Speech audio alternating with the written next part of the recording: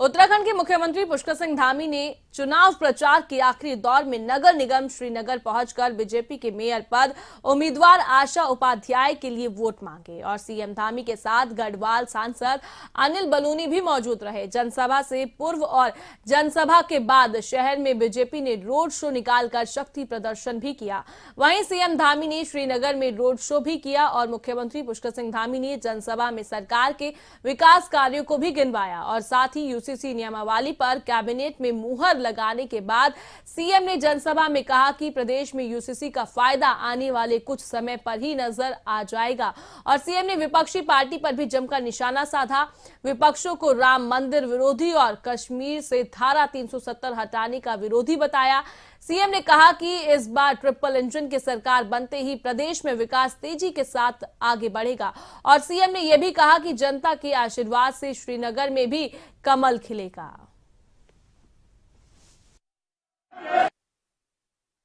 मुझे सच में मैं बहुत सारी सभाओं में यहां पर आया हूं, जिस प्रकार से हमारे नौजवानों का, युवाओं का और पूरी मातृशक्ति का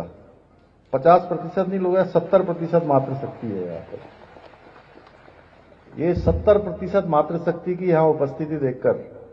मेरे मन में अब 1% का भी, अनिल भाई 1% का भी संदेह नहीं है। ये जैसे आपको इन्होंने जिताया है, धन सिंह जी को यहां से जिताया है, वैसे ही यहां ट्रिपल इंजन की सरकार बनाएंगे। मैं भी आज बहन आशा जी के लिए और हमारे जो 40 वार्डों में मेंबर लड़ रहे हैं, जिसमें से एक तो निर्विरोध हो गए ना विजय जी, तो 39 बचे, तो 39 के 39 वार्डों में जो वार्ड मेंबर हैं उन सभी के लिए आप सबका समर्थन मांगने के लिए आया हूं, क्योंकि जैसा धन सिंह जी ने कहा, यहां अनिल भाई ने कहा, हमारे कंडारी जी ने आप सबका उद्घोष किया कि राज्य में भाजपा की सरकार है, केंद्र में भाजपा की सरकार है। श्रीनगर नगर निगम का भी एक मिथक तोड़ना है आपने, इस बार एक परिपाटी है बदलनी है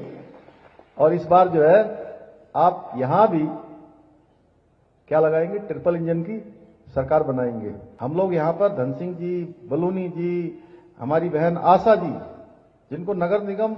हम लोगों ने इसीलिए बनाया है कि यहां का विकास और तेजी से हो। धन सिंह जी ने इसके लिए बड़ा प्रयास किया है, लगातार कई बार हम लोग इसको कैबिनेट में प्रस्ताव लाए, लोग इसके लिए कोर्ट चले गए, आपको पता होगा। लोग नहीं चाहते थे कि नगर निगम बने और हमारी इच्छा थी कि नगर निगम बने और इस क्षेत्र का विकास हो, इस क्षेत्र का विस्तार हो, यहां सीवर से लेकर पेयजल, अनेक इंफ्रास्ट्रक्चर यहां के बने।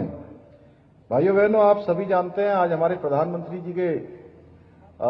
नेतृत्व में, उनके मार्गदर्शन में उत्तराखंड राज्य के अंदर अनेक योजनाएं चल रही हैं। चाहे आज वो बद्रीनाथ का मास्टर प्लान हो, केदारनाथ धाम का पुनर्निर्माण हो,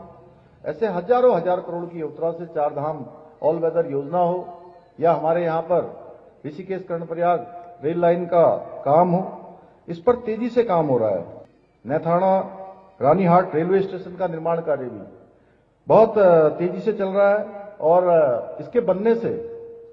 इस क्षेत्र में अनेक प्रकार का रोजगार आने वाला है, कनेक्टिविटी अच्छी होने वाली है। आप लोगों को बहुत आसानी से यहां से आप श्रीनगर कब पहुंच गए आपको पता भी नहीं लगेगा, बैठेंगे और बैठते बैठते जो है श्रीनगर पहुंच जाए, वो ऋषिकेश पहुंच जाएंगे श्रीनगर से। इसके साथ ही 200 करोड़ रुपए की लागत से सीवर लाइन बिछाने के साथ ही ड्रेनेज सिस्टम,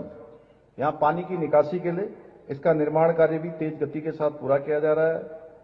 16 करोड़ रुपए की लागत से संयुक्त उप चिकित्सालय का निर्माण करने के साथ ही 6 करोड़ रुपए की लागत से बेस अस्पताल में कार्डिक कैथलिक लैब की स्थापना भी की गई है। राजकीय आदर्श इंटर कॉलेज में आवासीय बालक छात्रावास निर्माण करने के साथ ही राजकीय प्राथमिक विद्यालय श्रीकोट गंगा नाली में नए भवन का निर्माण भी किया गया है। राज्य हित में भी बहुत सारे निर्णय लिए हैं। चाहे आज मैं 70% अपनी मातृशक्ति की उपस्थिति की बात कर रहा था, तो 70% मातृशक्ति के समक्ष कह रहा हूं कि उत्तराखंड में विधानसभा में हमने विधेयक लाकर 30% का जो आरक्षण है सभी सरकारी नौकरियों में सुनिश्चित किया है। और इसके पीछे हेतु था कि उत्तराखंड में हमारी माताओं बहनों को, हमारी मातृशक्ति को बहुत चुनौतियों का सामना करना पड़ता है, बहुत परेशानियों का सामना करना पड़ता है, उनका जीवन बहुत चुनौतीपूर्ण होता है, इसलिए उनको हर क्षेत्र में आगे आने का अवसर मिलना चाहिए। इसके साथ ही हमने 10% का क्षैतिज आरक्षण उत्तराखंड आंदोलनकारियों के लिए निर्धारित किया है।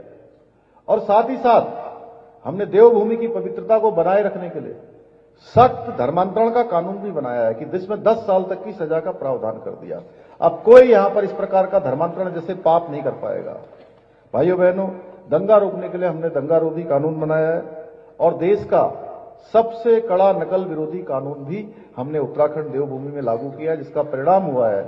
कि 19,000 से भी ज्यादा नौकरियां पिछले 3 सालों में हमने देने में हमने हमारे नौजवान युवा भाई बहनों को सफलता प्राप्त की है। और एक भी मामले में कहीं पर भी कोई नकल का मामला नहीं आया है कि राज्य के अंदर रहने वाले हर एक व्यक्ति के लिए, चाहे किसी जाति का होगा, किसी पंथ का होगा, किसी समुदाय का होगा, कि हम सबसे पहले नई सरकार के गठन होते ही जो हम आदरणीय मोदी जी के नेतृत्व में 2022 में इस चुनाव में गए थे, हमने कहा था कि हम देवभूमि में रहने वाले हर एक व्यक्ति के लिए एक समान कानून लागू करेंगे और हमने वो वायदा पूरा कर रहे हैं। हम आज मंत्रिमंडल में इसका सर्वसम्मति से प्रस्ताव हमारा पारित हो गया है। बहुत जल्दी इसी माह हम इसको लागू करने वाले हैं।